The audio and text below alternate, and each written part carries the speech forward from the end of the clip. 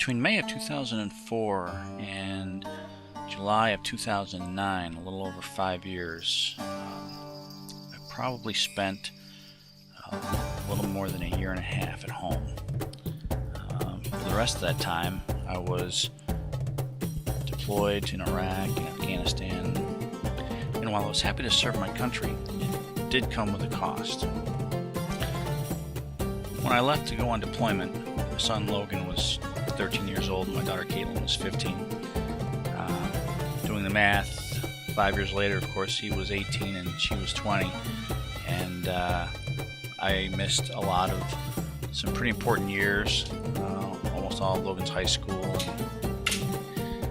and helping Katie look for colleges, and actually her first couple of years there. So it was a big chunk of time, and while it was worthwhile on a lot of levels, it was certainly something that on many levels I regret. Finally, the first deployment was over, and in what would become sort of a mini family tradition, after coming back from being overseas, we would take advantage of the Army space available travel to be able to go over to Europe and for what we could hope would be the vacation and experience of a lifetime. So, is there really any way that you can balance something like that? Anything that makes up for it? Maybe not, but one of the nice things about having done the military thing is it allowed us to do some traveling that we would not otherwise have had the chance to do. Our first stop was Germany for a couple of reasons. First, that's where the military aircraft flew into. And more to the point, is where my wife Nancy and I lived for about 3 years while I was on active duty when I first got out of school. So we wanted to be able to take our kids and show them a little bit of our history and some of the things that we got to experience, and have them see where our home was before they were a twinkle in their parents' eyes. This was the apartment, our little Wohnung, that we lived in for the 3 years while we were in Germany, in a little tiny village, or a Stadtteil, called Istergiesel, and it was a very lovely place to live. Had a pasture and cows out in our backyard, and there was one place in town where you could actually spend money and go buy a beer or a soda. We also got the chance to take the kids up to see a place where I actually worked when we were doing border surveillance during the Cold War in the middle 80s, a couple years before the Berlin Wall fell. OP Alpha, which has now been turned into a historical site. So it's kind of interesting to see someplace that Dad went to work be a place that's immortalized. The next stop in our trip, after a very long drive, was Paris, where we got the chance to ring in the new year on the Champs-Élysées.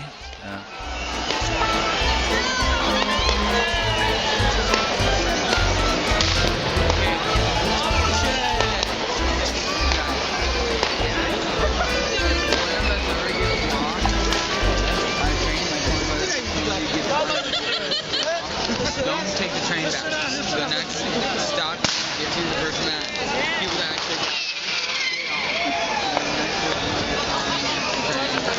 Okay. Ready, everybody? Yeah. Toast? We already made toast. No. We barely did. Alright, New Year's in Paris. New Year's in Paris. Cheers. after spending a New Year's alone. Cheers. Thank you. Oh, that's right. Cheers. Yeah. Next year was alone when the car broke down. That's Right. my party. Oh yeah, me too. Oh, come on, get a picture. What's that? Well, it's videoing right now, so. Well, get a picture of you guys kissing. I'll tell you guys cut up too. All right. Picture of us missing. Oh, you missed it. Got my face. Well, can you hold it with your hands? Okay, my gosh. How hard is that? Ew. Get around. So we also took the time to see some of the sights, of course, Eiffel Tower and the Louvre and Arc de Triomphe and the canals at night.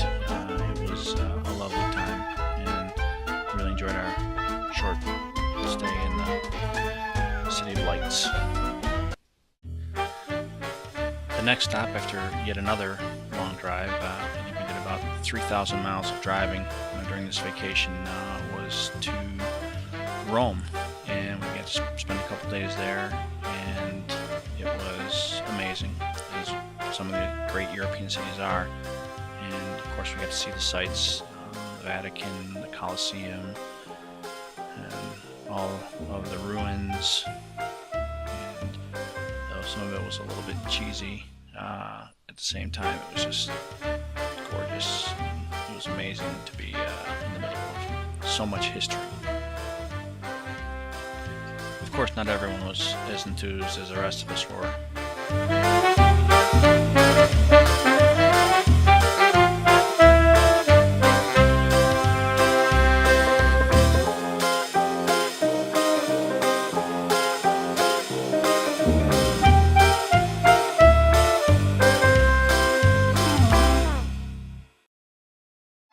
The last major leg of our trip had us heading north through Switzerland into Germany, where we got a chance to go back to a favorite place of mine in the German Alps at Garmisch-Partenkirchen, where we got the chance to actually ski the Alps with my son. So that for me was the highlight of the trip. What do you think? What do you mean?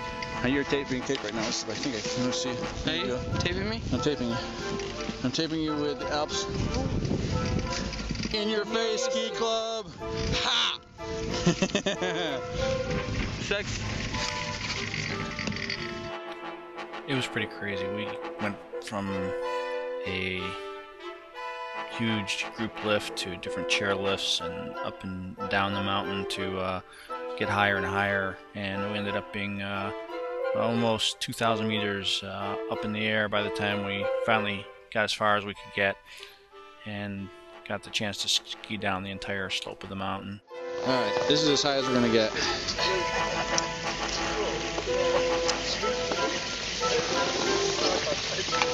So, high enough for you? This is so much higher than the Eiffel Tower. There it is. True enough. True enough.